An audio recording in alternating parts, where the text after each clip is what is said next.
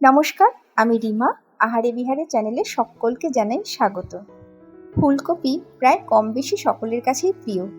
ভাজা বলো, পকোড়া বলো, আলু ফুলকপির তরকারি, ফুলকপির রোস্ট এক্সেট্রা এক্সেট্রা প্রায় সবাই খুবই পছন্দ করে। কিন্তু আজ আমি একেবারেই ভিন্ন স্বাদের ফুলকপির একটি রেসিপি তোমাদের সাথে শেয়ার করব, যা ভাত, রুটি, লুচি, ইভেন ফ্রাইড রাইসের সাথেও দুর্দান্ত খেতে লাগে। ফুলকপির এই রেসিপিটি বানানোর জন্য একটা ফুলকপিকে আমি কেটে টুকরো টুকরো করে খুব ভালোভাবে ধুয়ে নিয়েছি। ফুলকপিটা গরম জলে নুন দিয়ে একটু ভাপিয়ে নেব। গ্যাসে কড়াইতে জল বসিয়ে দিয়েছি। জল সামান্য ফুটে উঠেছে। দিয়ে দিচ্ছি খুবই সামান্য নুন। ফুলকপিগুলো এর মধ্যে দিয়ে দিচ্ছি।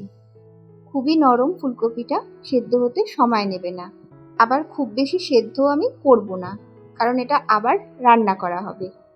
ফুলকপিগুলো ভাপাতে দিয়ে এর মধ্যে আমি একটা মশলা তৈরি করে নেব। গ্রাইন্ডার নিয়ে নিয়েছি।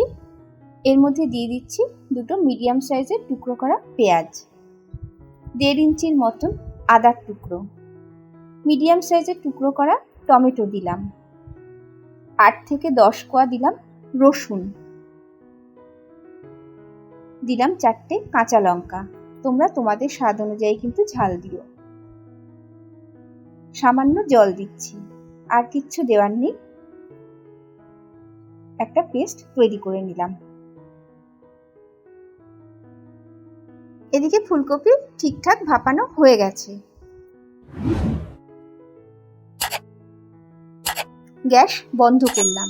জল ঝরিয়ে নেব। কপিগুলো ভালো মতন জল ঝরিয়ে নিয়েছি। গ্যাসে অন্য একটি কড়াই বসিয়ে দিয়েছি।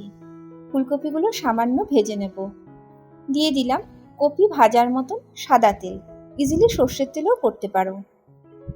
তেল গরম হয়ে গেছে। দিয়ে দিচ্ছি ভাপিয়ে নেওয়া ফুলকপি। খুব হালকাভাবে কপিগুলোকে কিন্তু ভেজে নেব। গ্রেভির ক্ষেত্রে আমি কোনোদিনই খুব বেশি ভাজি না, তেমনি ফুলকপিও খুব বেশি লাল করে আমি ভাজবো না। সামান্য লালচে ভাব চলে এসছে, তুলে নিচ্ছি।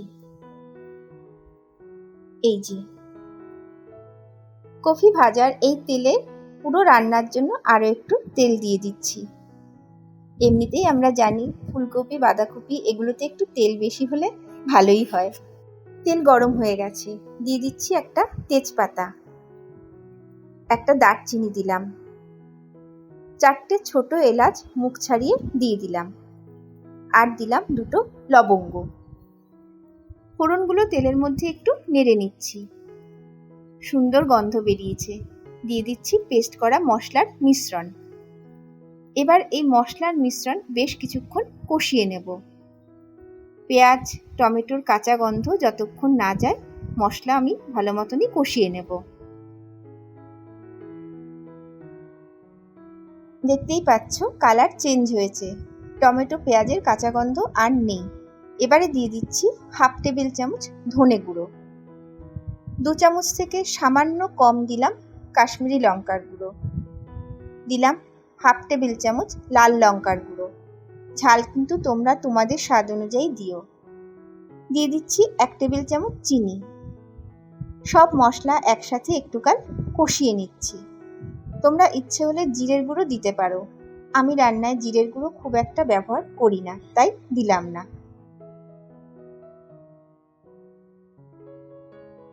কালারটা আসছে দেখো, তার সাথে ভীষণ সুন্দর গন্ধও বেরোচ্ছে।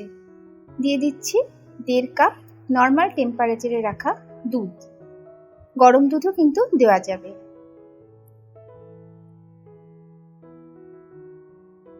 দুধের সাথে সমস্ত মশলা একসাথে নেড়ে মিশিয়ে নিচ্ছি। এই সময় আঁচ কিন্তু একদম ধিমে, কারণ দুধ আছে। তোমরা যদি এর মধ্যে হলুদ দিতে চাও দিতে পারো। দিয়ে দিচ্ছি কসুরি মেথি, একটু হাতে ঘষেই দিচ্ছি।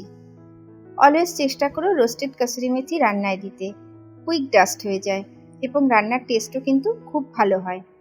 আমার আজকে হয়ে উঠলো না, তাই এভাবে দিলাম। কসুরি মেথি দিয়ে নেড়ে ভালোভাবে মিশিয়ে নিচ্ছি।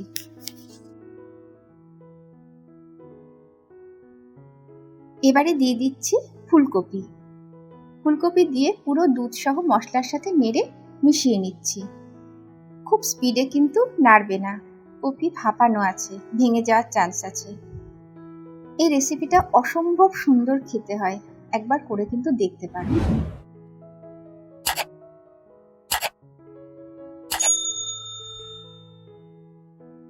মেশানো হয়ে গেছে, দিয়ে দিচ্ছি 1 কাপ গরম জল।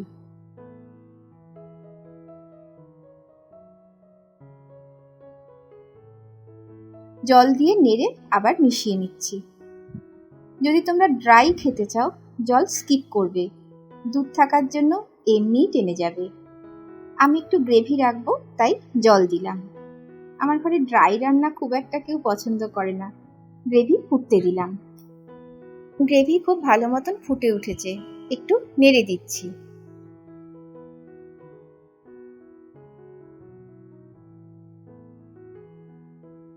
দিয়ে দিচ্ছি এবারে স্বাদ অনুযায়ী নুন।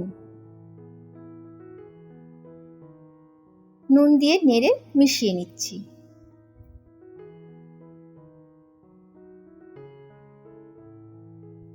মেশানো হয়ে গেছে, দিয়ে দিচ্ছি 1 চা চামচ ঘি। ঘি দিলে কিন্তু দুর্দান্ত খেতে লাগে, আবার যদি মনে হয় ঘি দেবে না স্কিপ করতে পারো।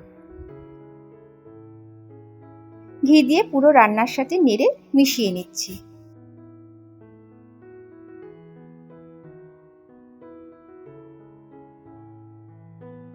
দিয়ে দিচ্ছি 1 চা চামচ গরম মশলার গুঁড়ো। গরম মশলার গুঁড়ো দিয়ে সবটা একসাথে নেড়ে মিশিয়ে নিচ্ছি।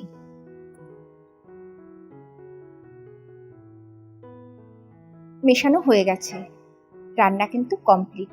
গ্যাস বন্ধ করলাম। সুন্দর গন্ধের জন্য 3টে কাঁচা লঙ্কা নিয়ে নিয়েছি, এর মধ্যে একটা কাঁচা লঙ্কা ভেঙে দিচ্ছি, বাকি দুটো গোটা দিয়ে দিলাম। একটি পাত্রে সার্ভ করে নিয়েছি। দুর্দান্ত স্বাদের এই রেসিপিটি রুটি, লুচি, রাইস বা ফ্রাইড রাইস যার সাথেই খাও না কেন ভীষণই সুস্বাদু লাগবে, এটা আবারও বললাম। তবে তোমরা তোমাদের পছন্দ মতনই খেও।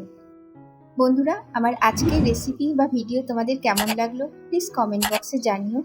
যদি ভালো লাগে বাড়িতে একবার হলেও ট্রাই করতে পারো। আমার আরও রেসিপির আপডেট পেতে চ্যানেলটি সাবস্ক্রাইব করতে পারো। ইচ্ছে হলে লাইক, কমেন্ট ও অনেক অনেক শেয়ারও করো। আজকের মতো সবাইকে অনেক ভালোবাসা ও ধন্যবাদ জানিয়ে ভিডিও এখানেই শেষ করছি। সবাই ভীষণ ভালো থেকো। নমস্কার।